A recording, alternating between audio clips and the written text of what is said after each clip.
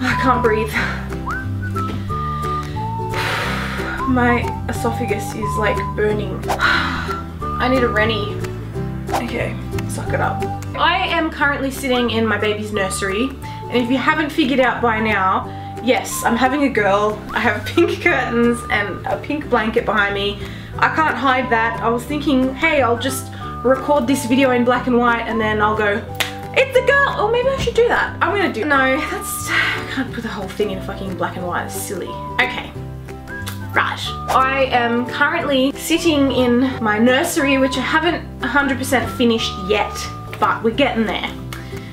Still got just little things to stick up on the wall and put around the room and stuff like that. So if you saw my last video, I did a bit of a story about how I found out I was pregnant. So if you want to watch that before you watch this video, I'll stick the link in the bio, stick the link in the box thing underneath this video. It's down there, okay? Just find it if you want. So this video today is all about my first trimester of pregnancy and the symptoms and cravings and all the crazy stuff that happened through the first 3 months of my pregnancy. I'm currently 27 weeks pregnant. I didn't start filming anything until last week, so I thought I would do a first trimester video, a second trimester video, and then when I start my third trimester, which is coming up next week, I will try and do weekly ones from then on. I started writing a journal when I found out I was pregnant, so I've been tracking all of my symptoms and stuff, so I'm going to be referring to it in my journal here. So excuse me for picking up the book and looking, because my memory is really bad and I don't remember anything. I have to literally write stuff down because I forget to turn the oven off now. This is a thing. If you would like to hear me ramble on about all of the great good and bad things of my first trimester, then keep watching.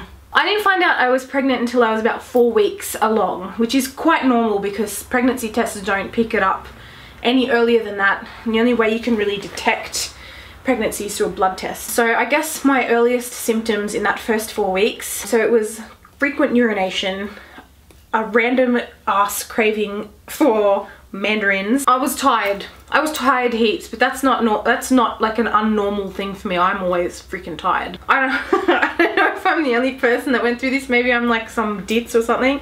I was like, okay, now what? What do I do now? Like, who do I tell? What do I do? How do I know how to do what I'm doing? Like, what do I do? So I googled it, as I do with every other problem on earth that I have, because, you know, Google is my doctor now and I don't see a real one. But I googled, I'm pregnant, now what?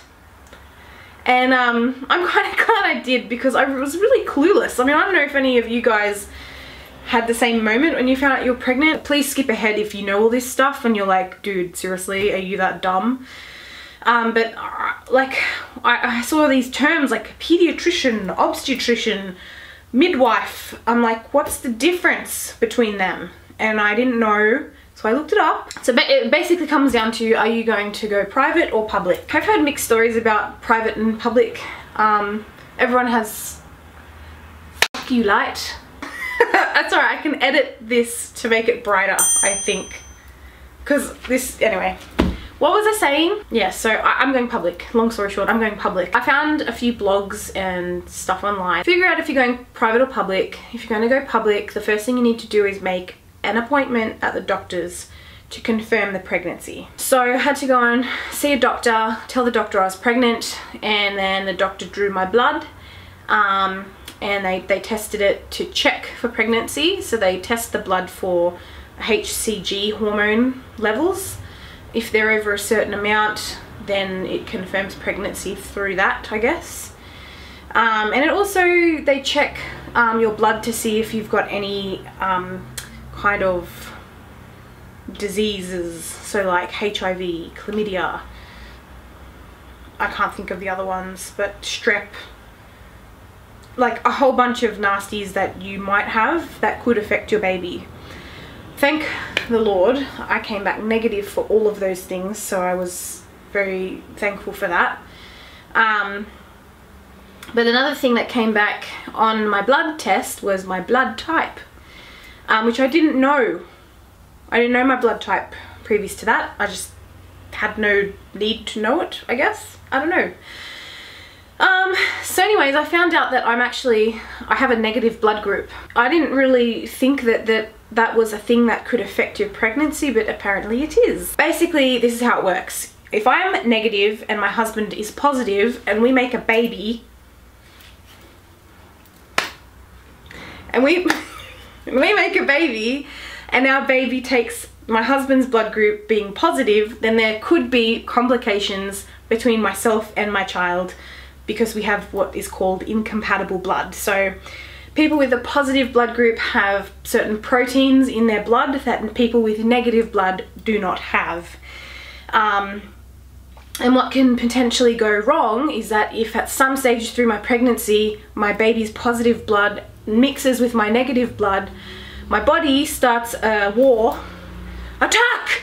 And it builds up these antibodies to, I guess, reject the baby. Basically what it means is that my body will try and fight against the baby, and it can cause complications like anemia and other things that I won't go into. Basically, they need to firstly test my blood to check that I haven't been exposed previously from some other way. And if it comes back that I do not have antibodies built up, then they will start injecting me with what's called an RD shot. I have to get about 2 or 3 of them throughout my pregnancy, and then 1 just after I give birth. So that if at any stage my blood mixes with my baby's blood, that shot will, I guess, stop my body from building up the antibodies. But yeah, I'm just like a pincushion these days. It's really not that bad. It's sounds worse than it is. So anyways, that was the first thing I did. I had my blood test done and a urine test, and you know, they check for bacterial infections and stuff because your immune system is so bad when you're pregnant. Jeez. And that's the next thing, because about week 4-ish I got a really bad cold. And it didn't help that it was winter, and also that apparently this year was the worst influenza breakout that we've seen in a while in Australia. So every man and his dog was sick, and I'm sure anyone watching this probably had the bloody flu at some stage this year. So that was not an abnormal thing to happen, but it definitely took its toll on my body because my whole body was putting all of its energy into building my baby. And so trying to recover from a cold was seriously sucked balls. So cold and flu, just general tiredness. And I didn't suffer much until about week 6. I thought I was one of those people that had escaped the grips of morning sickness because I hadn't been sick. But then week 6 came and I got bitch slapped in the face with morning sickness. Now, it's not as bad as some people I've heard that poor things have it through their whole pregnancy.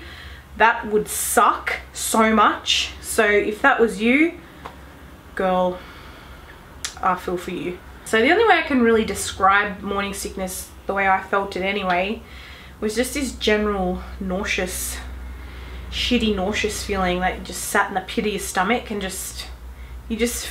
like you felt like if you threw up you might feel better, but you know that like you wouldn't. So, and I never really threw up except one time I threw up. Maybe it's better to throw up because at least you might feel like you got something out. I don't know. If you're someone out there that was actually throwing up with morning sickness, did you feel better after you threw up? Let me know.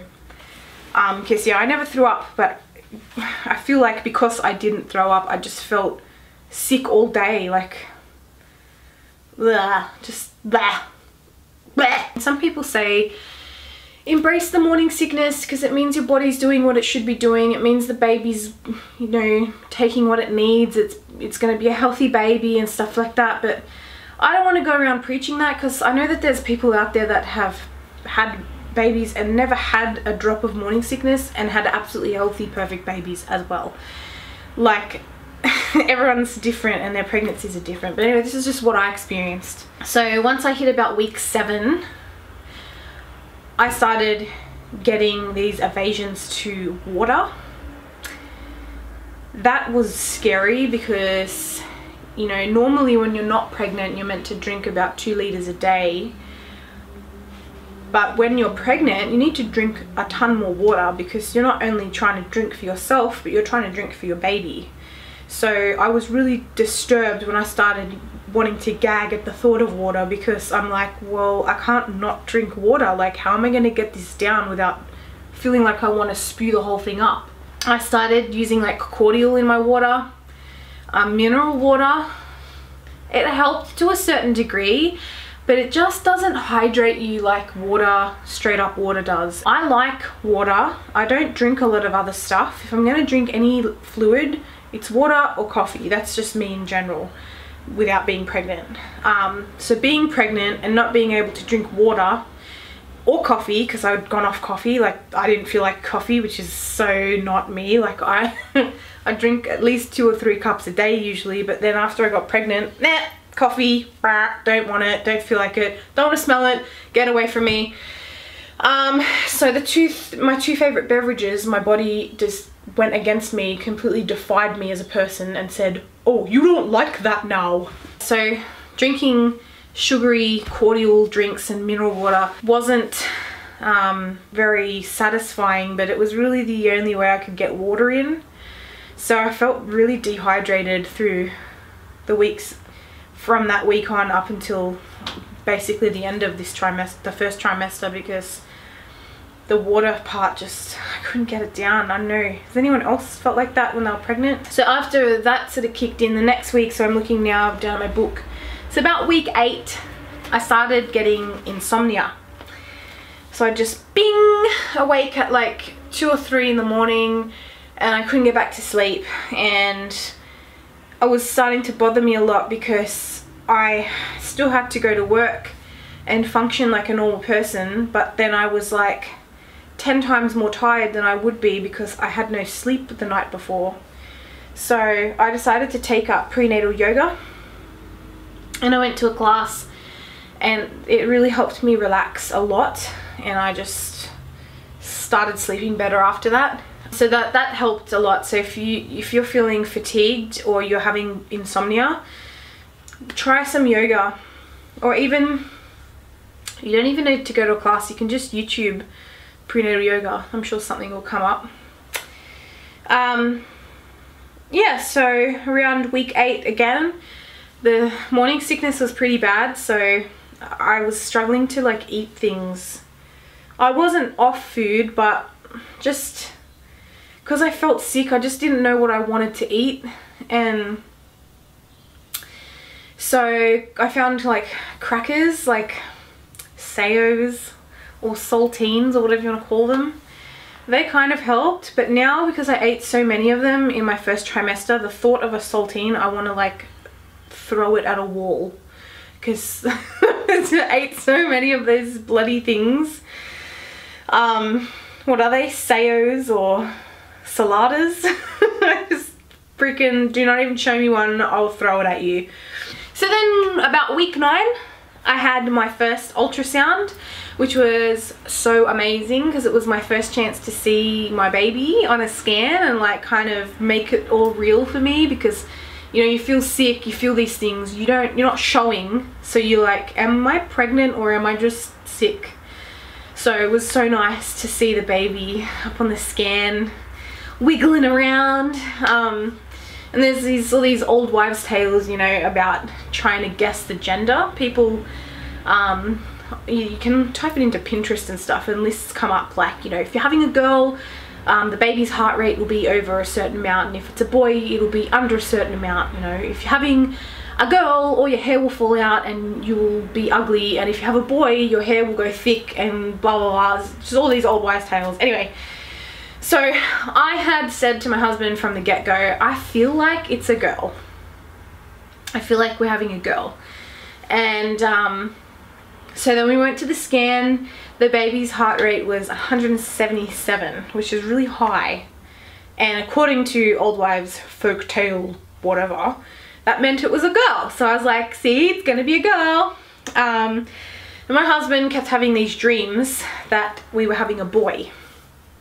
So he said to me, babe, I don't think that it's a boy. Like, I mean, he's like, babe, I don't think we're having a girl. I feel it in my heart 100% it's a boy. It's so a boy. I was like, really? He's like, yeah, it's totally a boy. And then, you know, my friends speculate. My mum said girl. My dad said boy, I think. Can't remember. My friend Brett said he couldn't imagine me with a girl. He could see me running around with a little boy, a little mini Jacob. So people had their guesses and stuff. After that week 9 scan, I got sick again. So I was hit with another bloody cold and flu or whatever. Knocked me off my feet. Thank God I was on school holidays at the time because I could just rest at home and I didn't need to take time off work. But that damn cold, man, that lasted over a week. Usually my body can fight infections off, you know, 3 or 4 days and I'm back to normal. And I don't often get sick that much, really. I mean, I'm lucky to get 1 cold a year and that's it, but this was the second cold/flu I had in the span of a month. So that was really sucky. That sucked a lot. But I got through it. Once I had gotten over that, at about week 11, I got a damn gum infection. On my back tooth, one of my molars keeps coming in and out. And there's like a weird gap there and I must have got some food stuck down there or something, I don't know. But the whole gum swelled up and I went to the doctor and I ended up on antibiotics, which sucks when you're pregnant. You can take it, but it's like, you don't want to be on antibiotics whilst pregnant. I also started noticing that I was getting a little bit more energy back, which was good because I'd been really tired in the first few weeks. I'd go to work, I'd scrape my ass through the day and then come home and nap on the couch. I don't usually nap like that of an afternoon after work. You know, I come home, get some cooking done or whatever. And a good thing that happened around week 11 was my morning sickness started to subside. So I was really happy about that because that sucks. Morning sickness sucks. And then we got to about week 13 and the morning sickness came back. So, yay. I'm so glad I'm not in the first trimester anymore. That's the worst, man. I say that, I haven't been through my 3rd yet, so we'll see how I feel at the end of this pregnancy. And then week 14, we had an early scan done at a private scanning place. They do like a 4D ultrasound. And so we got there and the lady put the jelly on my tummy and started, you know, feeling around the baby. And it had gotten to a point where Jacob was so adamant that we were having a boy that he had convinced me that it was a boy. So I was waiting for her to say, congratulations, you're having a boy. And she didn't. She said, looks like it's a little girl. And I just burst into tears because, not that I would have been disappointed if I was having a boy. Gee, like, boy or girl, who cares? It's my baby. But I guess I was expecting boy. I don't know, it just, it's like shocked me. Thank you, truck. We don't need to hear you, please. I was so shocked. I was like, oh my God. I guess I just started picturing boy stuff and I was just so shocked. I guess being a girl myself, the idea of having a baby girl is so awesome because it makes shopping so much more fun. Like all the pretty girl things, and I don't know, I have had so much fun preparing for this little girl. I'll insert a clip because we had a gender reveal party with our family. It's not the greatest quality, but yeah, we bought one of those big black balloons, filled it up with pink confetti and popped it. We had a barbecue with our family over, so yeah, it was really nice. I guess the food cravings that I had through my first trimester was citrus fruits, so oranges and mandarins. That did change to watermelon a bit later, but watermelon wasn't available, so it was hard to get because it was winter. Chocolate milk and ice cream. McDonald's chips and cheeseburgers. I didn't go nuts eating that stuff, but I did feel like it quite a bit. I haven't since, but in the first trimester I did, yeah, dirty cheeseburger and fries. I found it extremely hard to exercise through the first trimester. The prenatal yoga was basically all I was doing. I probably got a sporadic walk-in every now and again. I'm about to start my 3rd trimester next week. I can't believe how fast it's gone. Before I know it, I'll have a screaming baby in my arms. But anyways, hopefully this video wasn't 100,000 years long. Let me know what your symptoms were when you were pregnant in your first trimester. If there was something significant that you went through, good or bad. Share your stories. I really want to hear from other mamas out there about their pregnancies and if you've had a baby or if you're currently pregnant. Anyways, thanks for watching, and next week I will upload. So I'm so out of breath. Like, I'm just sitting here and I'm puffing. What the fuck? Okay. I can't swear. Stop swearing. I need to learn to stop swearing because I do not want to swear in front of my kid. Fuck. That was the last one, I promise. So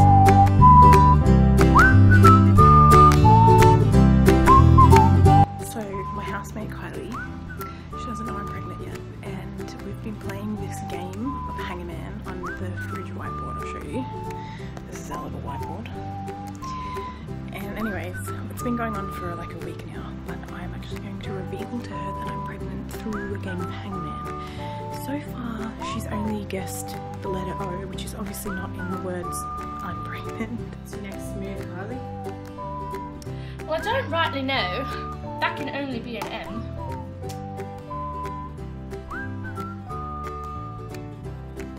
Oh, lovely! You knock your in. That's nice. Okay, what's happening on that date? You're fucking pregnant, aren't you? You are! I told you! I told you! Oh shit, I swore. Sorry, you didn't believe that. Oh. 3 hours later. All of a sudden, I've forgotten the alphabet. A, B, C, D, E, F, G. Oh, fuck off and die. You liar!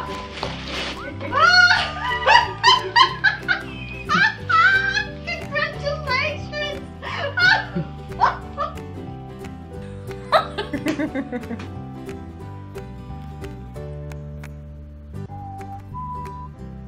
Holy fuck. You're premature? I think you spelled perfect wrong. Is it something I'd know? A lot of boring math later. Fuck off.